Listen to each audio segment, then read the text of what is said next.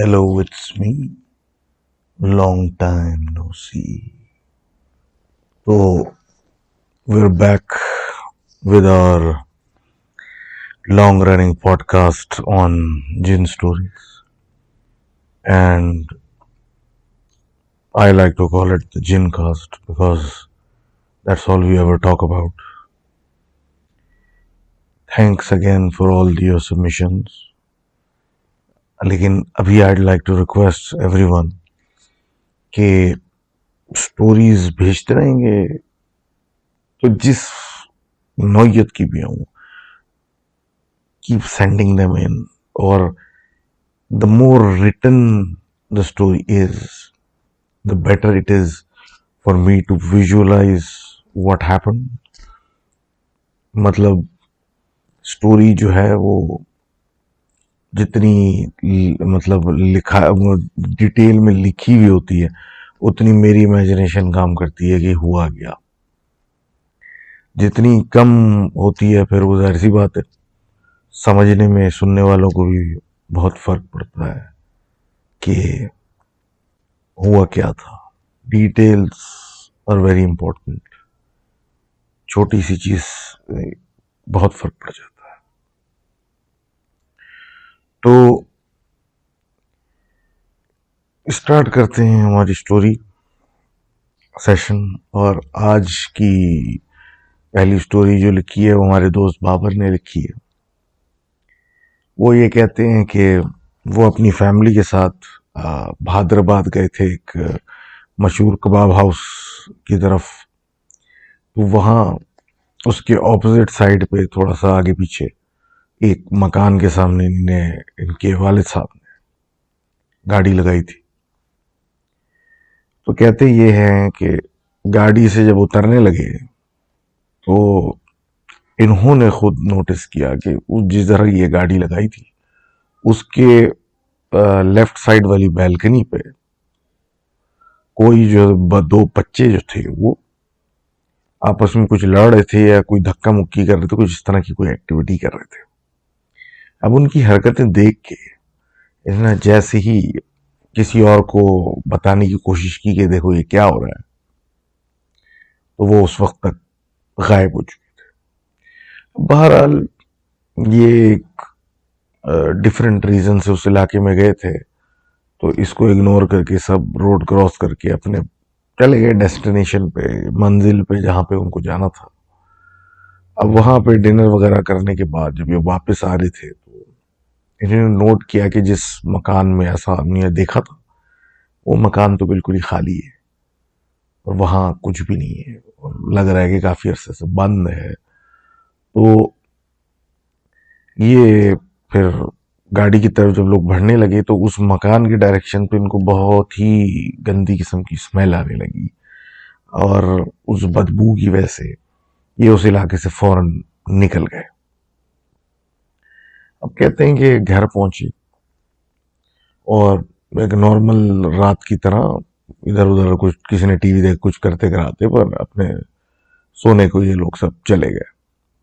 अब रात को कोई 2:30-3 बजे इनकी आंख खुली तो बिजली उसी वक्त गई थी. तो इनकी आंख खुली तो ये निकल के गए बाहर, जाके यूपीएस से ऑन किया, फिर वापस आके लेटे तो बिजली वापस आ गई. तो ये फिर उठे, उनको जाके वो यूपीएस बंद करना पड़ा, फिर वापस आके लेटे. अब कहते हैं कि जब मैं वापस आके लेटा तो मेरे पीछे जो खिड़की थी पर्दा गिरा हुआ था उस पर ऐसे आवाज आने लगी जैसे कि बारिश हो रही है. कहते हैं कि जाके पर्दा हटाया देखने के लिए तो सब सूखा पड़ा था. बारिश क्या किसी चीज का कोई नामो निशान नहीं था. हैरानगी में वापस बेड पे लेटे और बस किसी तरीके से बस नींद आई और सो के सुबह फिर लोगों से बात की तो घर में पता चला हर किसी के साथ कुछ हुआ था रात में. और कुछ लोग तो ये क्लेम कर रहे थे कि सहन के अंदर घर के ऐसा महसूस हो रहा था जैसे कोई आके कोई चहलकदमी कर रहा है, हिलजुल कर रहा है, जिसकी वजह से बाकायदा फील हो रहा था कोई घर में कूदा है. लेकिन एज यूजुअल कुछ नहीं दिखा. तो thank you very much for that story. And इसके बाद हम आगे बढ़ते हैं और बात करते हैं जनाब हमारे दोस्त बासित साहब। बासित साहब ये कहते हैं कि ये अपने 2012 की बात है। 5-6 दोस्तों के साथ किसी पार्क में खेल रहे थे, फुटबॉल या कोई चीज खेल रहे थे। तो बाद असर इन्होंने नोट किया, सारे खेल रहे थे कि कुछ 3 लड़कियां एंटर हुई असर की नमाज गुजरने के बाद के टाइम उस पार्क के अंदर मेन गेट से। और वो इनके पास एक बैठने की जगह बनी थी करीब में, तो वो वहां आके बैठ के इनका गेम देखने लगी। अच्छा, ये ऐसी खवातीन थी जिनको इन्होंने कभी देखा भी नहीं था उस मोहल्ले में। तो एक ये अजीब सी हैरत भी थी कि भाई इनका सारा इंटरेस्ट हमारे गेम में क्यों है भाई। बहरहाल वो अपना फुटबॉल खेलते रहे और वो इनको देखती नहीं। अब जैसे मगरिब की नमाज का टाइम करीब हुआ और इनका गेम भी रैप अप होने लगा, तो वो खड़ी हुई और पार्क में ही अंदर की तरफ वॉक करने लगी। अब इन सब का गेम रैप अप हो चुका था और ये भी इन यूजुअल फैशन उनके पीछे चल पड़े कि भाई कोई गुफ्त शनीद होगी कि भाई आप हमारा गेम देख रही थी तो कैसा लगा। अब उनका पीछा करते करते देखा कि एक पाथ था जो कि एक बड़े पेड़ या बरगद के पेड़ जैसा एक बड़ा ह्यूज पुराना पेड़ था, उसके पीछे ऊपर से उसके मतलब ऐसे घूम के पीछे से उसके वापस आ रहा था। ये आगे थी और वो पीछे थे और ये उस जानिब जा रहे थे कि ये क्योंकि थोड़ा पीछे थे, नहीं नोटिस किया कि भाई ये तो दरख्त के पीछे से घूम के वापस रास्ता यहीं आ रहा है। तो ये लोग वहां रुक गए क्योंकि नोटिस वो भी करनी थी, ये पीछे आ रहे हैं, तो ये साथ साथ ही सब चल रहा था मामला। तो वो रुक गया कि भाई ये घूम के आ जाए। तो ये उनको देखती देखती वो लड़कियां पीछे पलट पलट के उस दरख्त के पीछे गईं और उसके बाद वापस बाहर निकल के नहीं आई।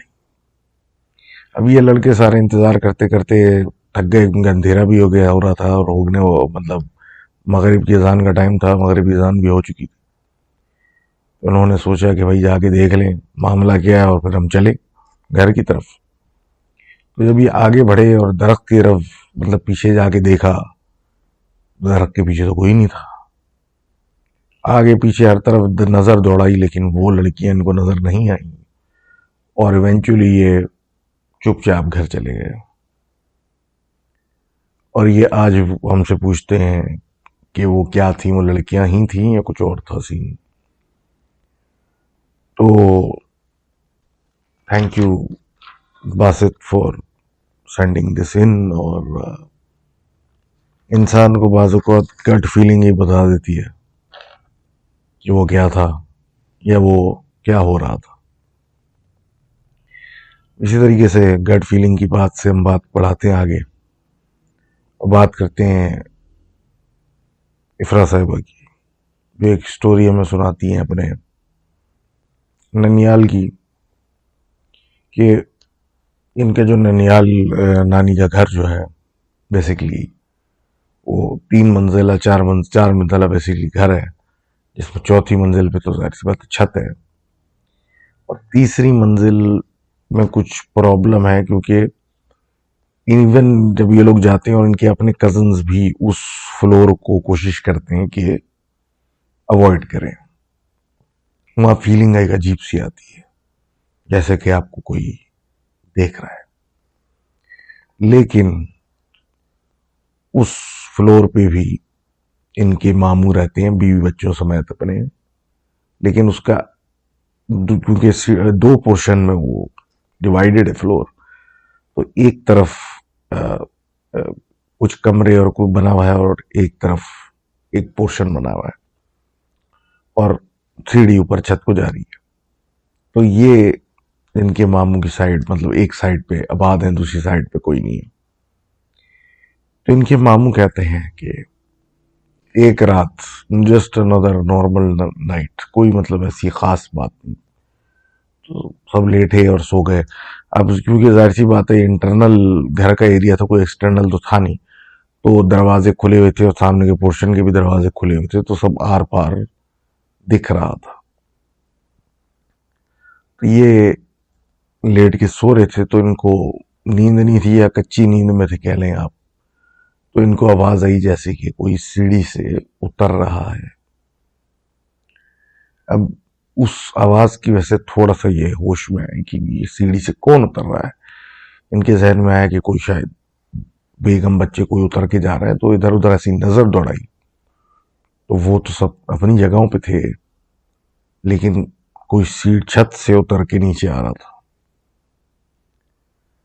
तो जब इन्होंने गौर किया कि भाई कौन आ रहा है, तो इन्होंने पहले तो देखा कि कोई ड्रेस में कोई आ रहा है, फिर गौर, जाहिर सी बात है अंधेरे में देख रहे हैं, तो आहिस्ता आहिस्ता फिर उन्हें एहसास हुआ कि कोई औरत आ रही है जिसने बड़े दुल्हन या शादी के कपड़े पहने हुए, और वो सीढ़ी से उतरी छत से और सामने के खाली पोर्शन पे जाके एक सोफे पे बैठ गई।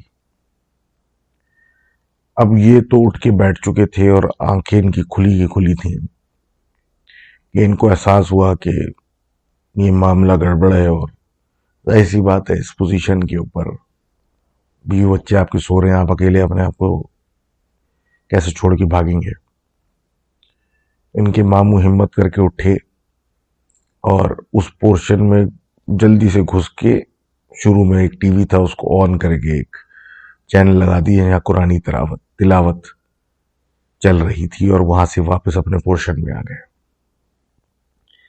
अब ये कहते हैं कि वो सोफे पे बैठे बैठे गायब हो गई, और ये भी अपनी तरफ ऐसी चीजें लगा के, कलमात लगा के ये भी कुछ देर तक जागते रहे, फिर ये भी सो गए सुकून से। वो बताते हैं कि इस तरीके से कुछ काबू किया हुआ है उधर माहौल को। तो thank you very much for sharing the story. और अब हम आगे बात करते हैं।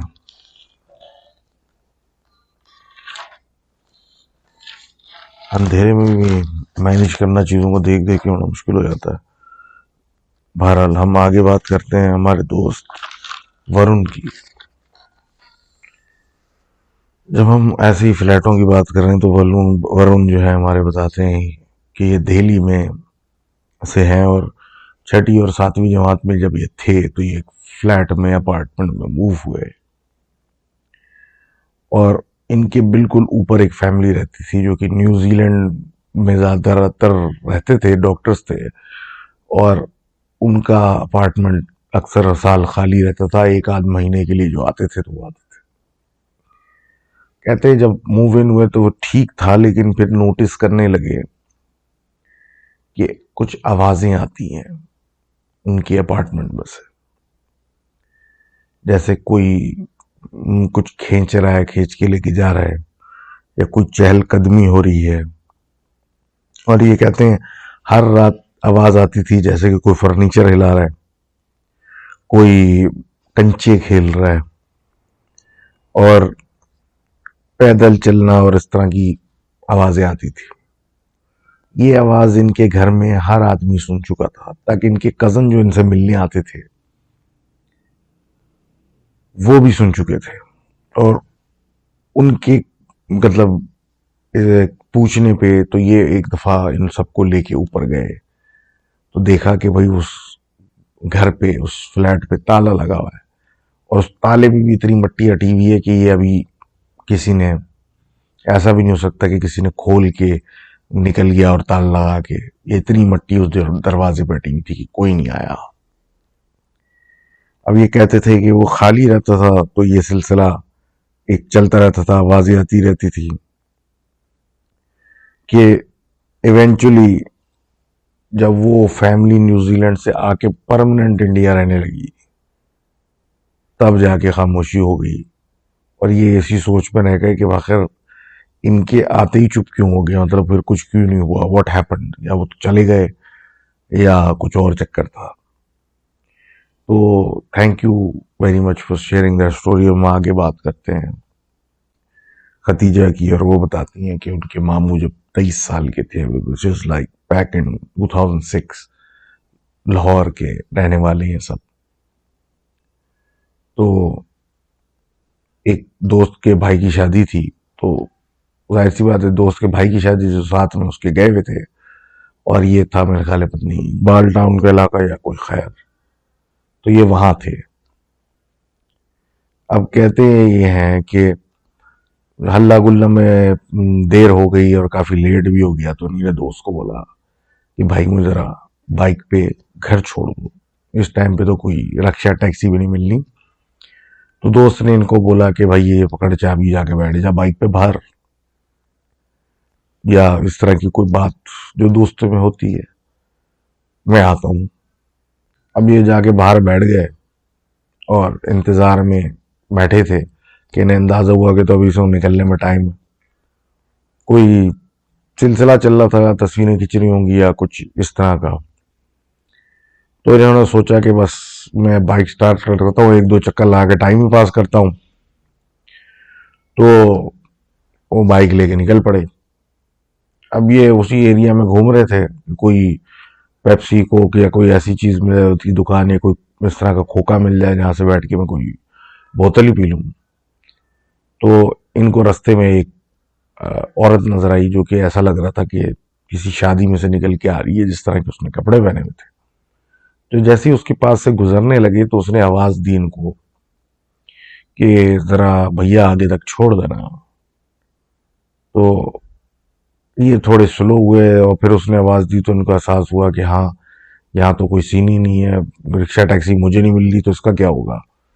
तो इन्होंने सोचा चलो कोई बात नहीं, मैं आगे तक छोड़ देता हूँ। तो ये रुक गए। अब जब वो औरत इनके पीछे बैठने लगी तो उसके बैठते ही इनको एक अजीब सी फीलिंग होना शुरू हुई कि ये कुछ मैंने गलत कर दिया। अब उसके बैठते ही इनको एक भारीपन का एहसास होने लगा, तो इन्होंने एज ए रिफ्लेक्स आयतल कुर्सी और इस तरह की डिफरेंट आयतें पढ़ना शुरू कर दी।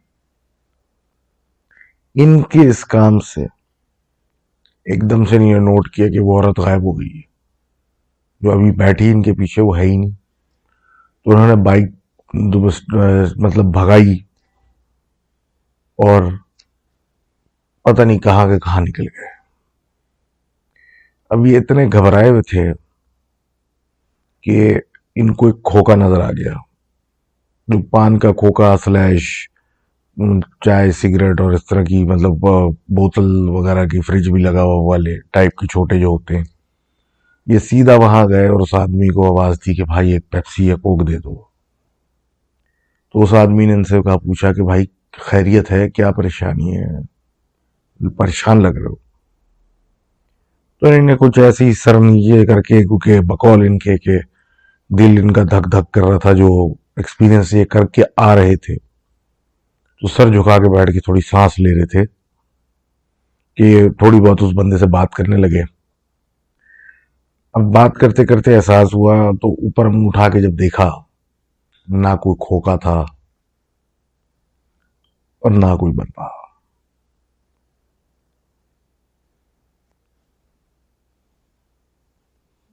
उसके बाद फिर क्या हुआ, सीधा ये बाइक भगाते हुए अपने ही घर चले गए, और वहां जाके डर के मारे इनको इतना बुखार चढ़ गया था ये लेट गए। तो आगे जम्पशन है कि क्या हुआ होगा, लेकिन बहरहाल thank you very much for sending in your story. और इसी बात से हम आगे बढ़ते हैं और बात करते हैं ऋषभ की, जो हमें इंडिया से लिखते हैं, और वो लिखते हैं कि हम ये अपार्टमेंट में रहते हैं बल्कि, और इस अपार्टमेंट में इनके एक नेबर थे करीब, मतलब रहने वाले, उस्मान भाई।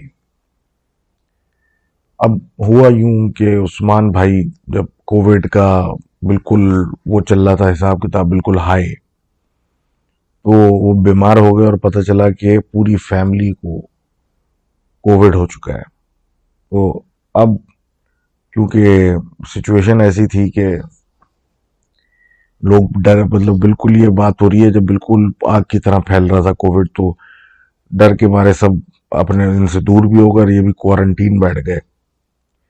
लेकिन प्रॉब्लम ये हुआ कि इनको एस्थमा अटैक हो गया, और फिर जब एम्बुलेंस से बुलाने की तो कम से कम भी घंटों तक एम्बुलेंस कोई अवेलेबल नहीं थी। जिन लोगों के पास गाड़ी थी उनसे लोगों ने रिक्वेस्ट की, उन्होंने कोई स्टोरी कर टोपी करा के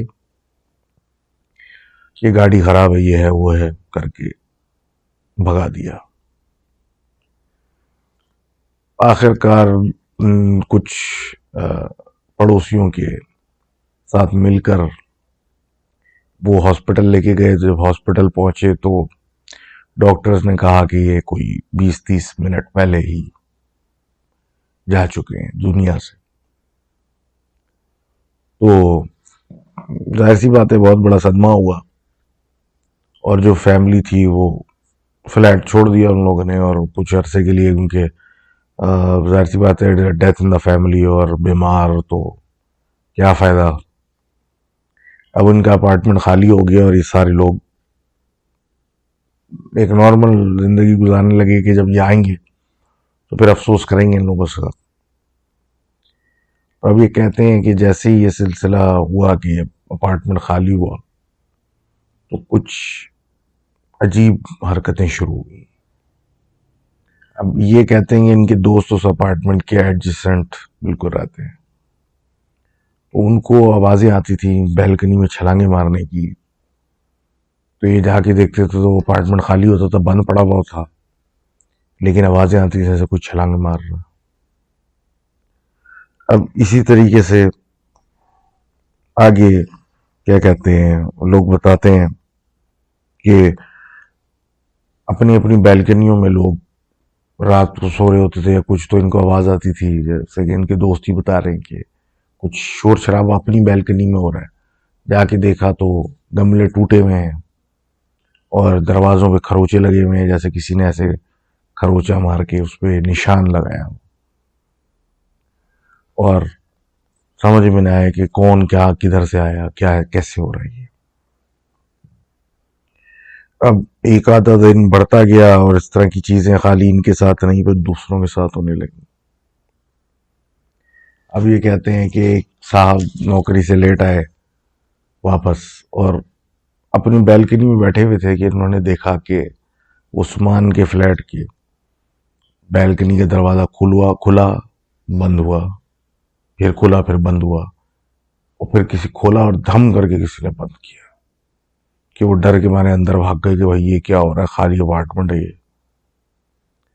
फिर जो सीढ़ियां थी बाहर अपार्टमेंट के अलावा, वहां से अब लोगों की उछल कूद की आवाज आने लग गई कि पूरा जो मोहल्ला था वो डर गया कि भाई यहाँ हो क्या रहा है।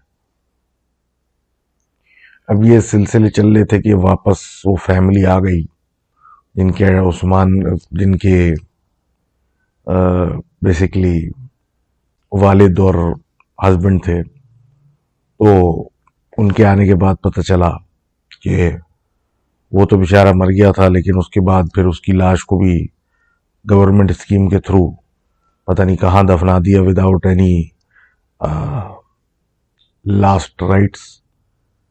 किसी किस्म की उस पर कोई दुआ दुरूद कुछ भी नहीं किया गया, बगैर उनको दफना दिया गया और फैमिली को भी नहीं बताया।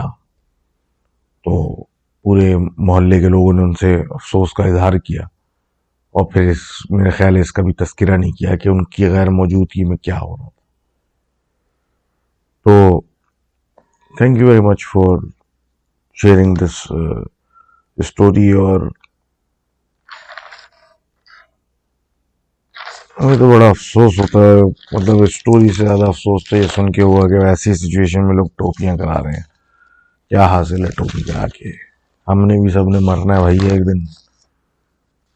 लेकिन बहरहाल फिर वही बात है ना, अपनी अपनी फैमिली का सोच कर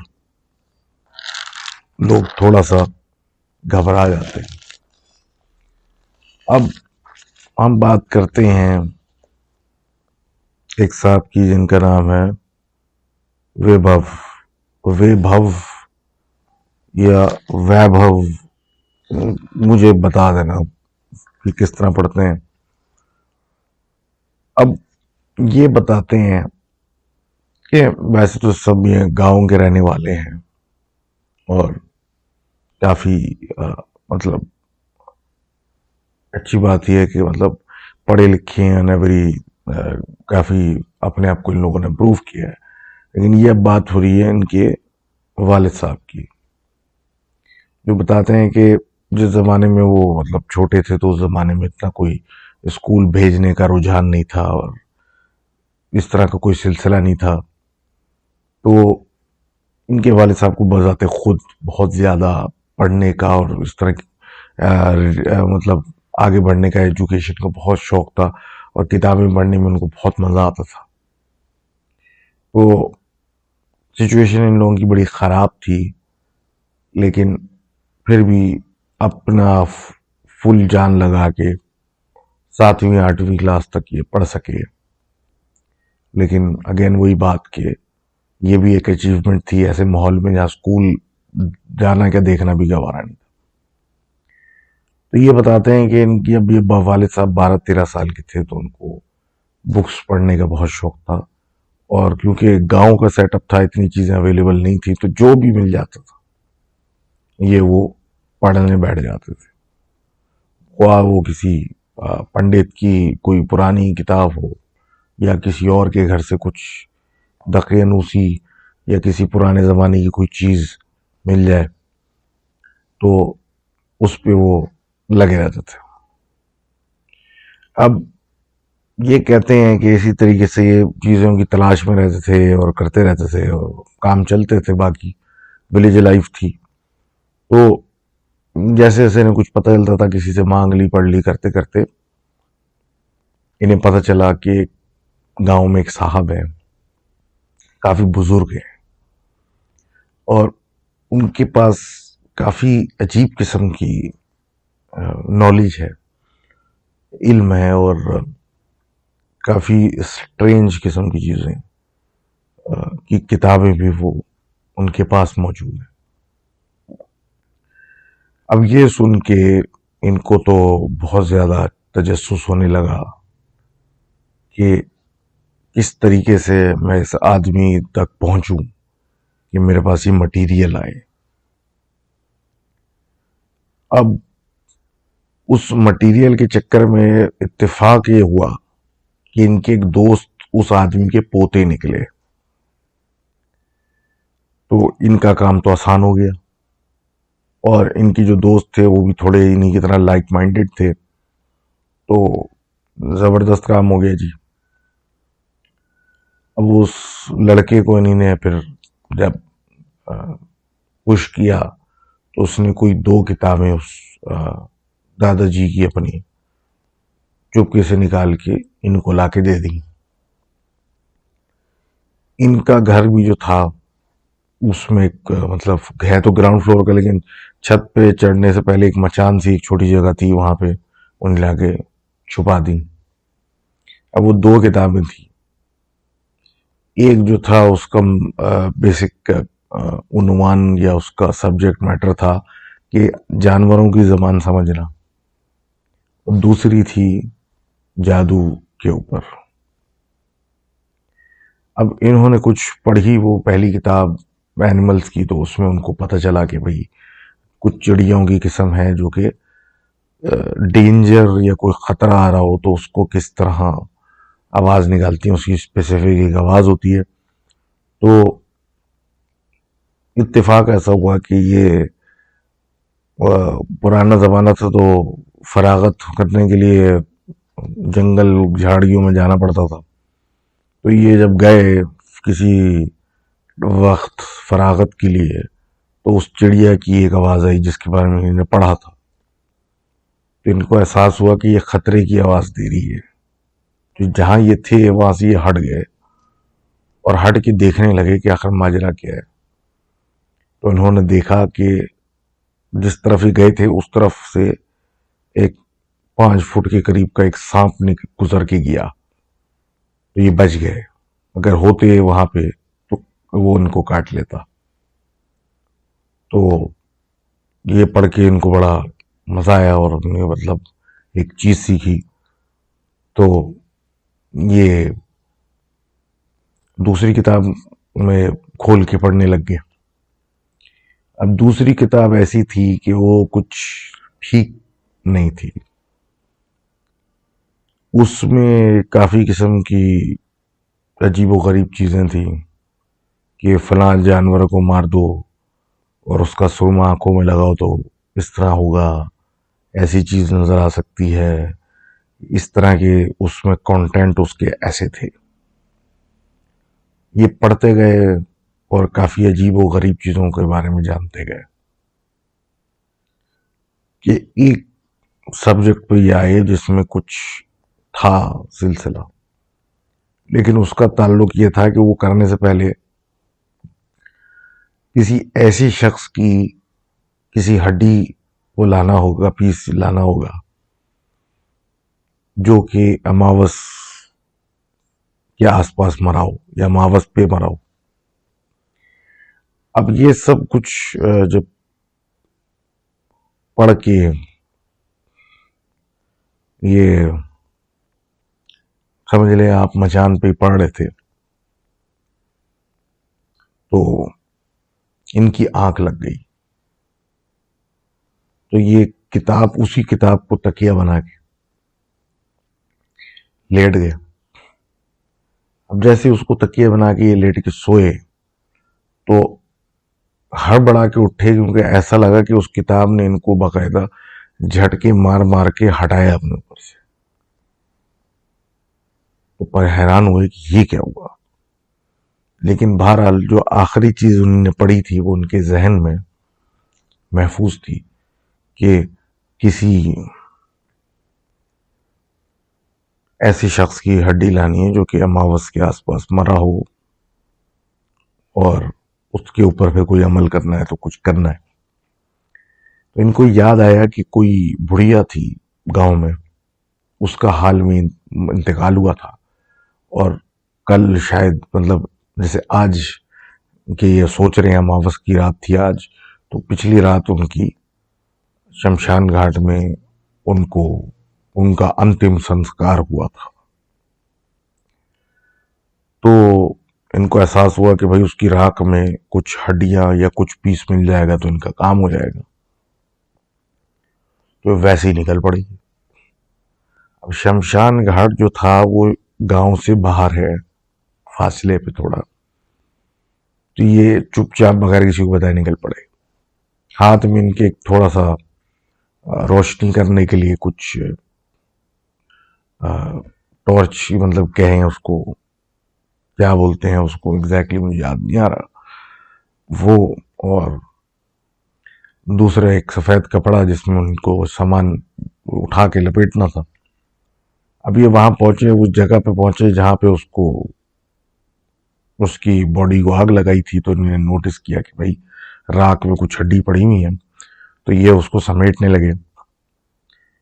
तो जब उसको समेटने लगे तो इनको ऐसा महसूस हुआ जैसे कि पानी में जिस तरह फिशिंग रॉड से तार फेंकते हैं तो वैसी कोई आवाजें आ रही, देखो मछली पकड़ रहा हो। ये उसको इग्नोर किया, अपना काम किया। अब वो जल्दी से समेट के ये एक साइड पे होके एक पत्थर पे बड़े से बैठे उस पोटली को बांधने के लिए। तो इनको एहसास हुआ कि किसी के हंसने की आवाज आ रही है। जब इनको एहसास हुआ कि हंसने की आवाज आ रही है, फिर इनको एहसास हुआ कि किसी आदमी की हंसने की आवाज आ रही है। तो ये चल पड़े। इन्होंने रुका नहीं और ये चलना शुरू हो गए गांव की तरफ वापस। अब ये चलते जा रहे हैं तो इनको एहसास हुआ कि इनका कोई पीछा कर रहा है। ये चलता हुआ इनके पीछे पीछे आ रहा है। अब उस मूवमेंट के बाद इनको याद आया कि ये जो किताब ये पढ़ रहे थे उस किताब में क्लियरली लिखा हुआ था कि कुछ हो सकता है तो अगर कुछ होने लगे तो कभी भी उस चीज को देखना नहीं, पलट के मुड़ना नहीं उसकी तरफ, और पीछे तो देखना ही नहीं अगर वो पीछे आ जाए। तो ये बस घबरा के बस चलते रहे। अभी तेज तेज चल रहे हैं तो इनको पीछे से जैसे इन्हें तेजी पकड़ी तो इनका नाम लेके किसी ने इनको आवाज दी। अब जैसे ही इनको आवाज दी तो ये तो बिल्कुल ही हक्का बक्का रह गए और इन्होंने भागना शुरू कर दिया। अब ये भाग रहे हैं, इनको पीछे इनके कोई भाग रहे, करते करते ये गांव में घुस गए। अब जैसे ही गांव में घुसे तो इनको एहसास हुआ कि जो चीज आ रही थी वो रुक गई, उनके साथ गांव में नहीं घुसी। अभी वे गांव में घुसे तो फिर ये ठंडी सांस ली, उसके बाद इनको ऐसी कपकपी वाली सर्दी लगी कि ये कांपने लगे और इनके कान में एक किर किर किर किर करके आवाजें आने लगी। तो इस हशर में ये अपने घर पहुंचे और घर पहुंच के ये बिल्कुल बुखार में मुब्तला होकर लेट गए। 3 दिन तक कोशिश होती रही कि इस तरह इनका बुखार उतर जाए, कोई दवा खिलाओ, कुछ कुछ खिलाओ, लेकिन तीसरे दिन जब ये हालशर हो गया कि पानी ना पिया जाए तो इनके जो दादाजी हैं वो इनको एक गांव के मंदिर में एक किसी के पास लेके गए। अब जैसे ही वो उस आदमी के पास लेके गए तो उस आदमी ने इनको देखते ही बताना शुरू कर दिया कि तुम क्यों गए थे ये काम करने, और ये कोई सही काम तो नहीं था, और ऐसा सब अच्छा हुआ कि तुमने मुड़ के नहीं देखा, अगर मुड़ के देख ले तो आज ही हम आपस में इस तरह बात नहीं कर रहे होते, तुम्हारा तो कहा हशर हो चुका होता। और वो तो जो अच्छा हुआ कि तुम भाग लिए, क्योंकि उस वक्त ताकत नहीं थी इतनी, वो और ताकत उसमें जब आई उस वक्त तुम गांव में घुस चुके थे। तो ये सब सुनने के बाद ये शर्मिंदा हो गए और उस आदमी ने इनको बताया कि तुम्हारी किस्मत अच्छी थी कि तुम्हारी जान नहीं गई, वरना तुम अगर गलती से भी पलट के किसी तरफ देख लेते वो तुम्हें पकड़ लेते और तुम्हारा काम हो चुका था। तो इन्हीं ने तौबा की और अगले ही दिन वो किताबें वापस कर दी।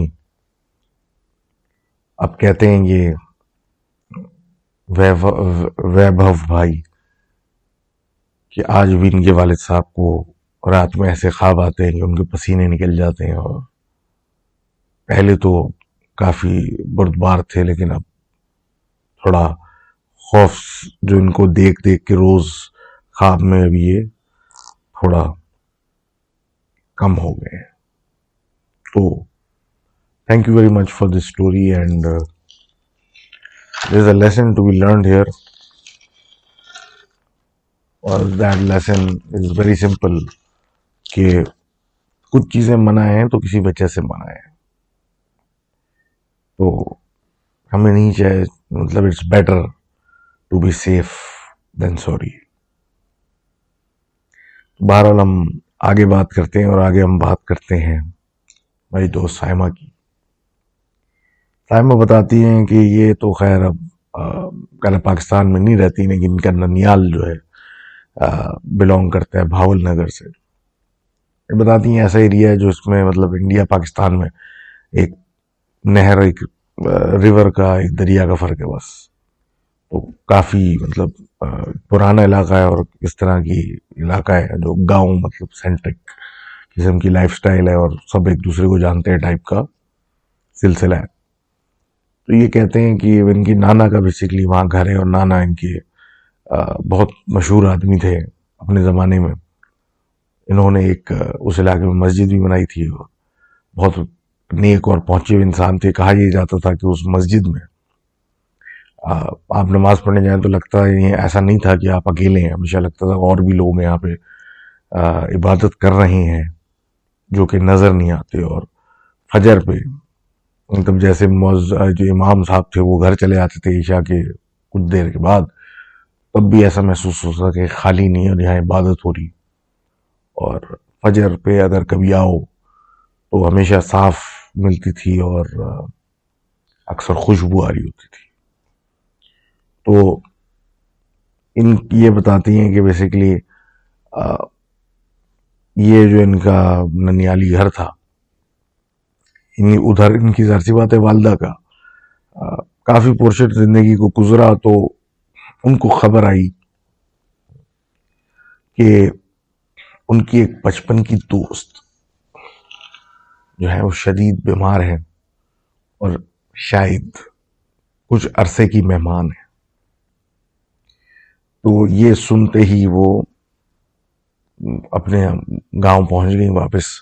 और उस वक्त ये गालिबन 10-11 साल की थी, तो इनको वो साथ ले गई। अब कहती हैं पहले तो घर पहुंचे और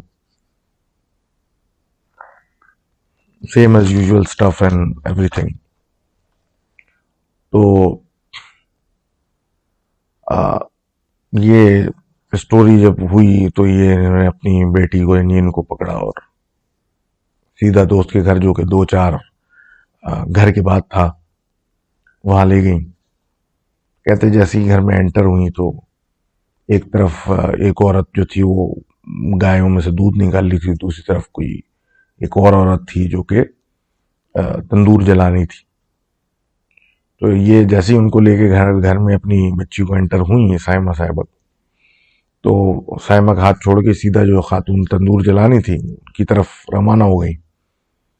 अब ये 10-11 साल की थी, तो ये इधर उधर देख रही है, समझ में नहीं आ रहा और सोच रही है मैं कहाँ बैठ जाऊं और मैं कहाँ खड़ी हूं, इस तरह का।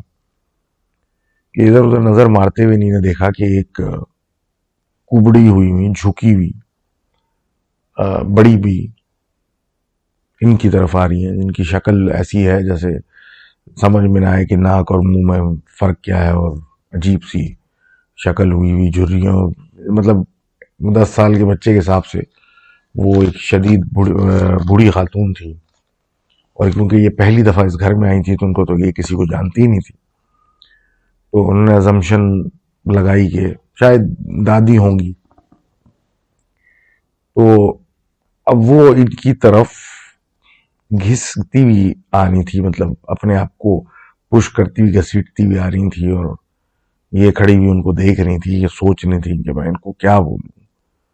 तो जैसे ही वो इनसे 2 फुट के फासले पर रह गई और इनकी तरफ साइमा की तरफ हाथ बढ़ाने लगी, तो इन्हें एज ए डिफॉल्ट जो इनकी तरबियत थी कि किसी को बड़े को देख के इन्हें फौरन से अस्सलामु अलैकुम बोल दिया।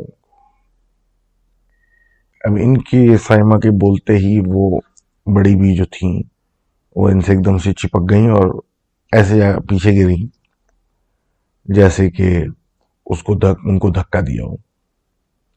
अच्छा, उनके गिरने से ये डर गई। 10-11 साल की थी और इनको लगा कि इन्होंने कोई गलती कर दी है और उनको चोट लग गई है दादी को, तो ये रोने लगी। और दादी जो खुद गिरी अजीब तरीके से, उसके बाद वो चिल्लाने लगी। तो घर की जितनी औरतें थीं वो भाग के जमा हुई। अब जब वो भाग के जमा हुई तो पहले तो एक औरत ने कमीज से पीछे पकड़ के दादी को पीछे खींचा दुरूद पढ़ते हुए। तो जब दुरूद पढ़ते हुए इनको पीछे खींचा तो ये देख रही थी कि वो अजीब तरीके से तिल मिलाने लगी और किसी ऐसी जबान में जवाब देने लगी जिसका समझ में ना आए कि क्या बोल रही। जब और चीजें पढ़ी गई तो ये तो बेहोशी हो गई। तो सारी औरतों ने उनको उठा के एक चारपाई पर रख दिया। अब ये सिलसिला चल रहा था कि एकदम से घर का एंट्रेंस का पर्दा हटा और देखा कि एक साहब, जो कि बाद में पता चला कि इनकी वालदा की दोस्त जो थी उनके बड़े भाई थे, इनके वालदा के मतलब इनके नाना को लेके आए। जैसे ही ये दोनों एंटर हुए और इनके नाना जो है वो उस तरफ बढ़े चारपाई की तरफ, तो वो औरत जो बड़ी भी बेहोश हो चुकी थी उड़ गई और उन्हें शोर मचाना शुरू कर दिया। अच्छा जी, जो ये वहां पहुंच के कुछ पढ़ने लगे, कुछ करने लगे, तो उसने चीखना पीटना कुछ शुरू किया और एकदम से उसने इनके पास बैठ के कुछ पढ़ने से, नाना के इनके ऐसी कोई छलांग या कुछ ऐसा मूवमेंट किया जो कि समझ में नहीं आया कि लेटा हुआ बंदा कैसे करे। और उसने अपना सर बड़ी बी ने फंसा लिया चारपाई के एक गैप के अंदर और अब पैर दूसरे गैप के अंदर, और अजीब तरीके से अपने आप को उसेड़ लिया उसमें, और एक अजीब सी जबान में उनको कुछ बोलना शुरू किया जो कि लग रहा था कि वो बुरा भलाई कह रही है। वो अपना काम करते रहे तो एकदम से एक टक करके आवाज आई और देखा कि वो जो बड़ी भी थी उन्होंने अपनी टांग उल्टी कर ली है मोड़ के, यानी हड्डी तोड़ ली है। अब जब ये चीखों पुकार का माहौल देखा तो इनकी नाना ने इनकी वालदा को ऊपर शाउट किया और बोला, बच्ची को चुक के घर जाओ। तो जल्दी से इनकी वालदा ने इनको पकड़ा और भाग गई घर की तरफ। अब घर की तरफ जब गई पता चला कि वो जो बड़ी भी थी वो बड़ी भी नहीं थी और एक्चुअली इनकी दोस्त थी। अब घंटों के बाद जब नाना वापस घर आए तो साइमन ने देखा कि वो और एक कोई साहब एंटर हुए हैं और वो साहब बहुत प्लेजेंटली बच्ची की तरफ देख रहे हैं जैसे बच्चों को देखा जाता है। तो नाना ने अपनी क्या कहते हैं नवासी को बुलाया और वो बातचीत हुई तो ने पूछा कि ये शख्स कौन है। नाना ने बहुत पोलाइटली कहा कि ये हमारे दोस्त हैं और हम इसके बारे में किसी को बताते नहीं। बेटा तुम भी नहीं बता। अच्छा, इस सिलसिले में रात गुजर गई और ये भी छोटी थी, बात खत्म हो गई, भूल गई। अब नेक्स्ट डे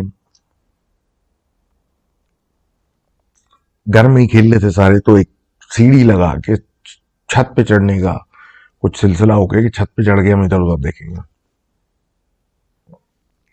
तो ये कुछ बच्चों के साथ ऊपर चढ़ गए।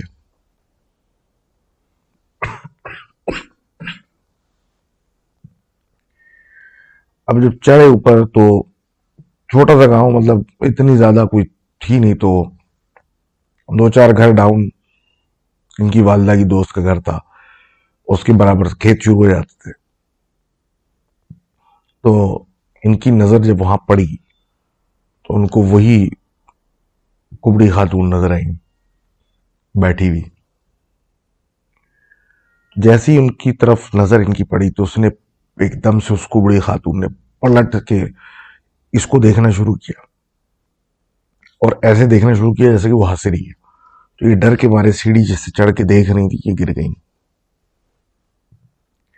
और उसके बाद से तो ये बिल्कुल वहां से निकलना नहीं, छोड़ दिया। और ये वापसी, मतलब फिर तो चोट के बाद तो फिर ये निकले नहीं घर से बाहर। अब ये कहती हैं कि भाई 2-4 रोज भी नहीं गुजरे थे तो खबर आई कि वो जो खातून थी उन्होंने नहर में कूद के खुदकुशी कर दी है। तो ये सुन के सबको बड़ा अफसोस हुआ। तो फिर बात खुली कि आखिर ये हुआ क्या। तो इनकी दोस्त वालदा की, जिनकी आदत पे लोग आए थे, वो उस वक्त 32 साल की थी, 32। कहा यह जाता है कि नहर पे कपड़े धो रही थी तो इनको पानी में एक छोटा सा मटका सा आते हुए दिखा, जो कि आके इनके पास रुक गया। इन्होंने जब उसको खोल के देखा अंदर तो उसमें कुछ राख थी, उस पर कुछ सिंदूर थी और कुछ औरतों के बाल थे। इनको जब देखा ये सब कुछ तो ये लिया बैठी हुई थी, तो औरतों ने बोला कि इसको फेंको, उसको फेंको करके उसको फेंकवाया। और ये जैसे ही घर गई तो ये अजीब सी हरकतें करने लगी और इनकी हालत बीमार होने लगी, खराब होने लगी, खाना पीना छोड़ दिया, झुक गई, मुंह ऐसा झुर्रियों पड़ने लग गई, डिहाइड्रेशन और इस तरह की, जैसे कि कोई बूढ़ी औरत है। और ये हशर हो गया कि आखिर में तो इनको लोग दादी अम्मा समझने लगे और फिर ये हुआ। बहरहाल, तरह पिछले एक एपिसोड में बात हुई थी कि वो एक खाली मकान में घुसे थे और वहां जाके पैसे उठा लिए थे, बाद में उसका असर बहुत बुरा हुआ था। यही ये बात है कि कभी कभार कोई चीज़ नज़र आए पड़ी हुई तो भाई बेहतर है पड़ी रहे, बनिस्बत के आप उसको उठाएं। तो this was our stories for this session. और आपको ये सेटिंग कैसी लग रही है, डू लेट मी नो। और ईमेल करें मुझे, लिख के स्टोरीज, तो मज़ा आता है इमेजिनेशन में, सोचने में। ये ज़रूर बताएं कि किस शहर की बात है, किस साल की बात है। ज़रा एक्यूरेट जगह की बताने की ज़रूरत नहीं है कि आप बताएं कि फलाने मोहल्ले में फलानी जगह पे फलानी जगह पे फलाने टाइम पे नहीं, कराची शहर में फलान लेट से गुलशन के एरिया में ऐसा हुआ, दिन के 10 बजे 2004 की बात है, या दिन के 10 बजे की रात या दिन, ये डिटेल्स भी हों। ये ज़रूर हो कि अगर किसी जगह की बात हो रही है तो वो 2 मंजिला जगह थी या 1 मंजिला जगह थी। ज़रूरी नहीं है कि सारी डिटेल्स बताएं कि 4 खिड़कियां 10 दरवाजे, लेकिन एक तस्वीर दिमाग में बनाने के लिए वो डिटेल्स बताएं जिससे एक तस्वीर दिमाग में खिंच जाए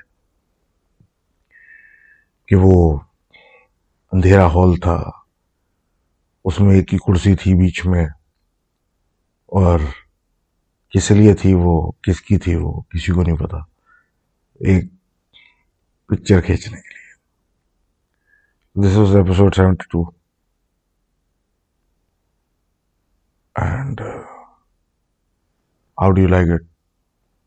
Keep emailing, subscribing, sharing, and who knows कहाँ पहुंचते हैं हम लोग। तो thank you very much, thank you for your patience, और फिर मिलते हैं अगले एपिसोड में। लव।